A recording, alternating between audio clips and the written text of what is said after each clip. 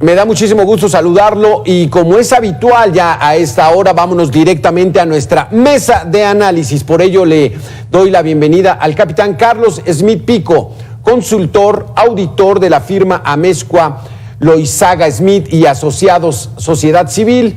Me da muchísimo gusto saludarte, Carlos. Gracias por estar con nosotros. Muchas gracias, Alberto, a tus órdenes y a tu público. Capitán, ¿cómo ves el Aeropuerto Internacional Felipe Ángeles? Bueno, por lo que hemos visto en imágenes, reportajes, etcétera, la parte aeronáutica, que es mi especialidad, pues cubre toda la normatividad internacional de la Organización de Aviación Civil Internacional. El aeropuerto pues va a tener 2 pistas de las cuales van a poder hacer aproximaciones simultáneas, mismo que en el aeropuerto actual no se puede hacer. Entonces este aeropuerto tiene esa tecnología y tiene la separación adecuada para que se pueda hacer operaciones simultáneas, ¿no? Es un proceso que no va a ser de inmediato. Seguramente en el transcurso de los meses se harán las pruebas adecuadas para poderse llevar a cabo esas aproximaciones. ¿Qué hay con aquella información que se decía hace unos meses de que hay un cerro y de que dificultaba la maniobra de los pilotos? ¿Qué tan cierto era esto? Bueno, ahí hay un cerro que está ahí, pero que definitivamente no hay ningún problema. Todas las aproximaciones se adecúan para que no haya obstáculos dentro de las aproximaciones. Y si hubiera un obstáculo, como puede ser ese cerro, pues obviamente se hace otro tipo de aproximaciones que le llamamos pues para no acercarse a ese cerro, ¿no? Lo ideal es que no hubiera estado, ¿no? Pero existe el cerro, no infringe en la seguridad operacional. Perfecto.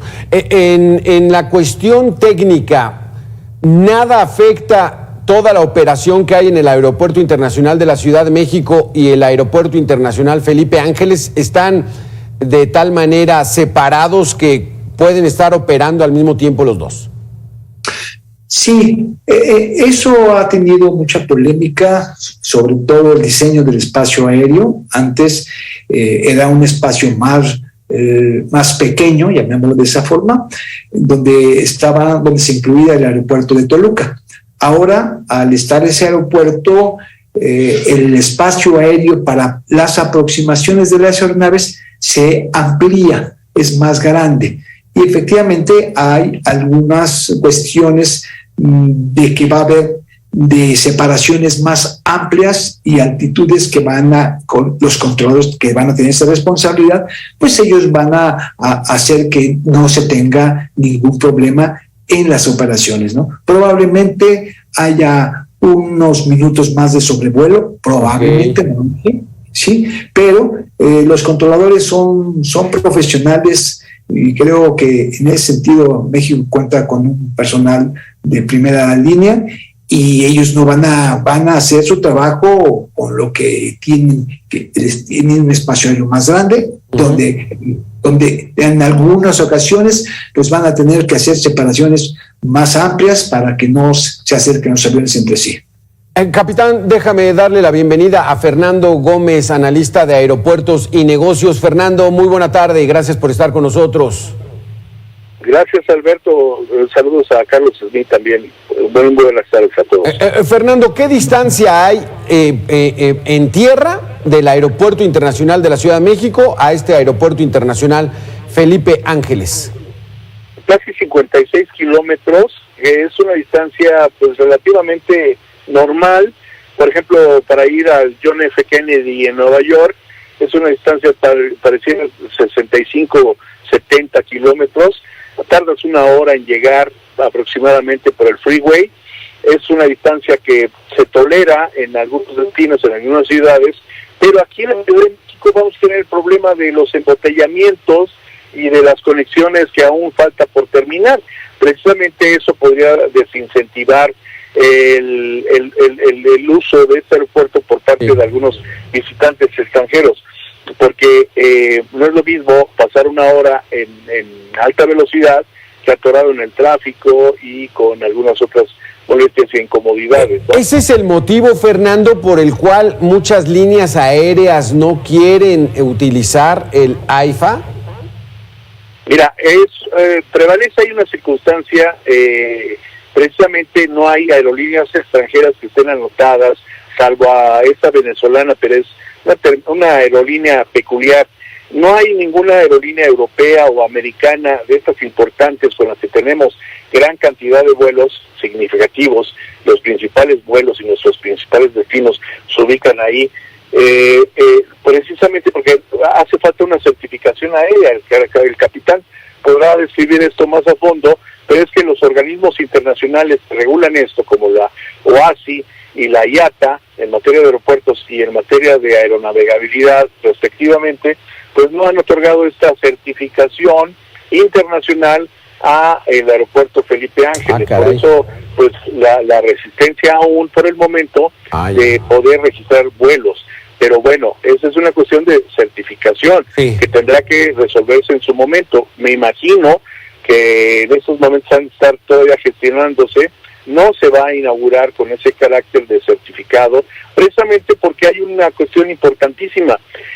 Los aerolíneas no se trata de que quieran o no quieran volar, pueden volar y aterrizar en cualquier aeropuerto, pero el riesgo que corren al hacerlo en un aeropuerto que no esté certificado por estos organismos internacionales, pues obviamente no te cubren las aseguradoras, y nadie en su sano juicio se aventaría una bronca de ese tipo ante un incidente, por ejemplo, en una falla de tren de aterrizaje o un incidente o un accidente mayor, imagínate.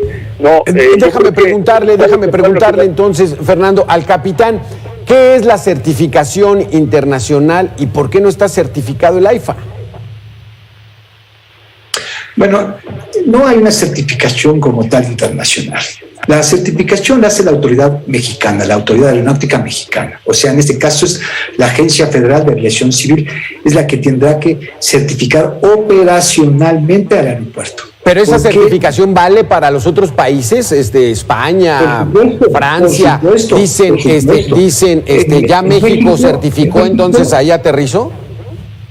¿Perdón? Sí, o sea, países como Francia, Alemania, dicen México ya certificó, entonces ¿es seguridad? Sí. Por supuesto que sí. Cada país tiene las facultades tiene la obligación, para empezar, de certificar sus aeropuertos, de otorgarles un certificado de operación. En este caso, en México se llama Certificado de Aeródromo Civil al Servicio al Público. Así es como se llama el certificado. ¿Por qué no lo tiene en este momento? Pues porque todavía no inicia su operación y hay que evaluar una serie de procesos que en qué momento se puede hacer cuando esté en operación el aeropuerto. Hoy en México tenemos 64 aeropuertos internacionales, de los cuales hay alrededor de unos 48 aeropuertos certificados, ¿sí? Ya certificados, y cada 3 años renuevan su certificado, ¿sí? Entonces, ¿qué se evalúa en esa certificación? ¿Qué es lo que cumplen? Cumplen con la infraestructura que establece el anexo 14 de la OASI, que son pistas, calles de rodaje, luces, letreros, los bomberos, los procedimientos que hay operativos en rampa. Hay muchos procedimientos que hay, y esos procedimientos nada más se puede evaluar en el momento que esté funcionando el aeropuerto, ¿sí? Antes no, porque pues no hay operaciones, ¿sí? Entonces, después de que empiece la operación, llevará un proceso, ¿sí?, de algunos meses de estar haciendo una evaluación a todo el personal, una evaluación a toda la infraestructura que esté ya operando para poder otorgar un certificado. Y el certificado lo va a otorgar la Autoridad Aeronáutica, que es válido en cualquier parte del mundo. Fernando, entonces, pues bueno, de acuerdo a tu concepto, pues bueno, el certificado, digamos que no es necesario en estos momentos. Así es. Entonces, en ese entendido, pues esperaremos a que las aerolíneas extranjeras se incorporen poco a poco. Pero ya hay algunas que antes de inaugurarse, ya hace meses habían manifestado que no iban a volar desde ahí, porque no les conviene, no les interesa. cada quien no pueden obligar a las aerolíneas a volar por decreto en algún aeropuerto. Sin embargo, un signo importante es el hecho de que hasta el momento no ha habido interés o registro de alguna de estas aerolíneas. Esperemos, de acuerdo a lo que dice el capitán, que se incorporen estas nuevas aerolíneas, pero en realidad pues no hay todavía anuncios en ese sentido. Y por otro lado, pues también habría que ver si efectivamente es de manera análoga, es como si yo me autocertificara en caso de querer ejercer alguna profesión. Obviamente tiene que haber una rigurosidad en esa materia y obviamente también ya ha habido un decreto, una denominación al aeropuerto Felipe Ángeles como aeropuerto internacional, pero en realidad es una denominación, faltan las certificaciones. Y por ahí están los señalamientos, no ha habido pronunciamiento de la OASI, allá también precisamente es obvio que como plan de negocios o como unidad de negocios, un aeropuerto debe de haber previsto ese tipo de trámites para precisamente iniciar, ahora sí, con bombo y platillo, claro, la inauguración y la estabilidad de la... Imagínate, de aquí a que abre el negocio y se impulsa la certificación, pues ya habrán pasado 2 o 3 meses que son importantísimos para resolver la saturación del aeropuerto capitalino, que de eso se trata. No se trata de tener un aeropuerto nuevo y cortar listón, se trata de resolver el riesgo operativo que prevalece ante la saturación la mayor parte del día, es decir, más de 18 horas del día está saturado, según lo decretado recientemente en el diario oficial de la Federación y por las propias autoridades. Entonces, el problema no es menor, no es de que esperemos a que avance, se desarrolle el negocio aeroportuario o avance y se vayan incorporando y retrasemos 1 mes o 2 o 3. El problema es el riesgo inminente que está ocurriendo la población en general, porque ya hay anuncios de incidentes de posibles colisiones, se ha sabido en redes sociales por parte de controladores, por parte de pilotos que han señalado este tipo de eventos y que ojalá no suceda algo mayor, pero bueno, de lo que se trataba no era de tener un nuevo aeropuerto, sea este o el anterior en Texcoco, sino de resolver un problema de saturación que conlleva un riesgo de seguridad a la nación.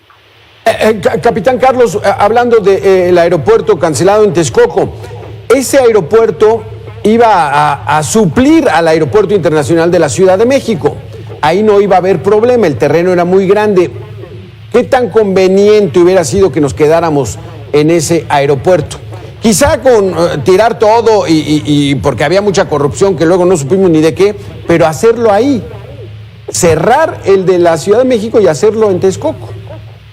Bueno, el proyecto de Texcoco tiene data de hace 40 años y se fue posponiendo por muchísimas razones económicas, cuestiones en que fueron demorando la construcción del aeropuerto ahí en el Vaso de Texcoco.